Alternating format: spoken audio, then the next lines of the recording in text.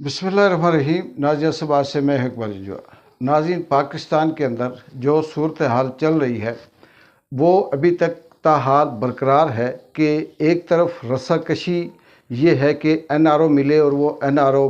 ماضی کے اندر 50 60 70 سالہ تاریخ میں جو حکومت سیاستدان ہوتے تھے وہ این آر او مانگتے تھے، چاہے وہ بینظیر کی شکل میں ہوں، نواز شریف کی شکل میں ہوں، یا پھر زرداری کی یا کسی اور کی۔ لیکن وقت بدلا، پھر ایک شخص ایسا اس نظام کو ٹکرا کہ اب این آر او وہ شخص نہیں بلکہ اسٹیبلشمنٹ جس سے 70 سالوں سے جو این آر او دے رہا تھا وہ اب این آر او مانگ رہا ہے۔ آج پاکستان کی جیل اڈیالہ کے اندر 2 اہم کیسز کی سماعت ہونی تھی، ایک 9 مئی کے حوالے سے اور دوسری القادر ٹرسٹ کا۔ القادر ٹرسٹ کیس کیا ہے یہ آپ بہت اچھی طرح جانتے ہیں کہ وہ یونیورسٹی ہے جس کے اندر عمران خان نے یونیورسٹی کے اندر جو اسلامی ریسرچ کے حوالے سے جو مضامین تھے، جو ورک تھا وہ ہونا ہے، اور اس القادر ٹرسٹ کا جو ٹرسٹی ہے وہ عوام کہہ سکتے ہیں کہ اس کا پروفٹ، نفع، نقصان کسی بھی حوالے سے عمران خان اس کا بینیفیشری نہیں ہے، اس کا ہونا تھا۔ لیکن جج صاحب آج تیسری بار پھر اس کیس کا فیصلہ سنائے بغیر سیٹ سے اٹھ کر بھاگ گئے۔ یہ بھاگے اس لیے کہ ابھی وقت باقی تھا اور بشرا بی بی ابھی راستے میں تھی کہ جج صاحب نے کیس کو 23 جنوری تک ملتوی کیا اور وہ چلے گئے۔ یہ پہلے بھی 2-3 دفعہ اس کیس کا فیصلہ جو لکھا ہوا ہے، صرف انتظار کیا جا رہا ہے کہ وقت کے ساتھ ساتھ اسے ایڈٹ کرنا ہے، اور اس کا فیصلہ آج بھی نہیں سنایا گیا، اسے پوسٹ پون کر دیا۔ کہنے کا مطلب یہ ہے کہ یہ نہ ڈیل ہے، نہ یہ کہہ سکتے ہیں کہ عمران خان یا پاکستان تحریک انصاف کی طرف سے کوئی ایسی درخواست تھی۔ یہ صرف اور صرف جو نظام ہے، جو ملک کے اندر اسٹیبلشمنٹ ہے، جو حکومت ہے، جنہیں یہ ڈر ہے کہ اس کیس کے اندر تو کچھ بھی نہیں ہے۔ اس سے پہلے اتنے سخت اور ایسے کیسز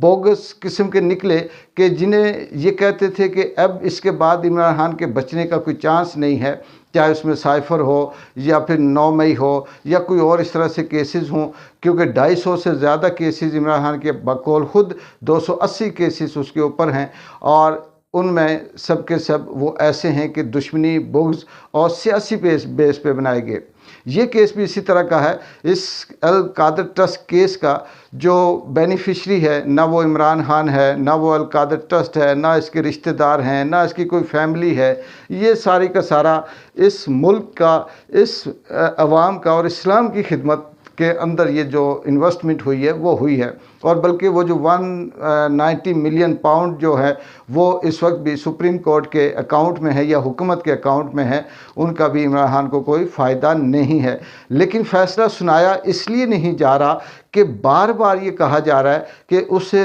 رکھ کر بلیک میل کیا جا رہا ہے، اور عمران خان سے کسی نہ کسی طرح سے کوئی ایک ایسی ڈیل یا نیگوسیشن یا وہ پٹھان والی بات کہ اچھا مڑا اگر اس کا 50,000 نہیں دیتا تو 25 دے دے، 25 نہیں دیتا تو 10 دے دے، 10 نہیں دیتا تو 5,000 دے دے، یہ لے جا، یہ وہ والی بات اسٹیبلشمنٹ عمران خان کے ساتھ کر رہی ہے کہ کسی نقطے پہ نہیں آتا ہے، کم از کم اس نقطے پہ تو آ جاؤ کہ یار ہمیں کچھ نہ کہو، باقیوں کو جو مرضی سزائیں دو وہ دیتے رہو۔ لیکن عمران خان وہ شخص ہے جو کل بھی یہ کہتا تھا اور آج بھی یہ کہتا ہے کہ سزائیں دو، یہ کیس اس کی سزا سنائی جائے، القادر ٹرسٹ کو وہ جتنا جلدی ہو سکتا ہے سزا سنائی جائے۔ شاید کہ پاکستان کی تاریخ میں یہ پہلا شخص ہے، یہ پہلا قیدی ہے، یہ حکومت اسٹیبلشمنٹ کی نظر میں پہلا مجرم ہے جو یہ کہہ رہا ہے کہ مجھے سزا دی جائے، جو یہ کہہ رہا ہے کہ میں جیل سے نہیں نکلوں گا، جو یہ کہہ رہا ہے کہ میں کسی بھی صورت سے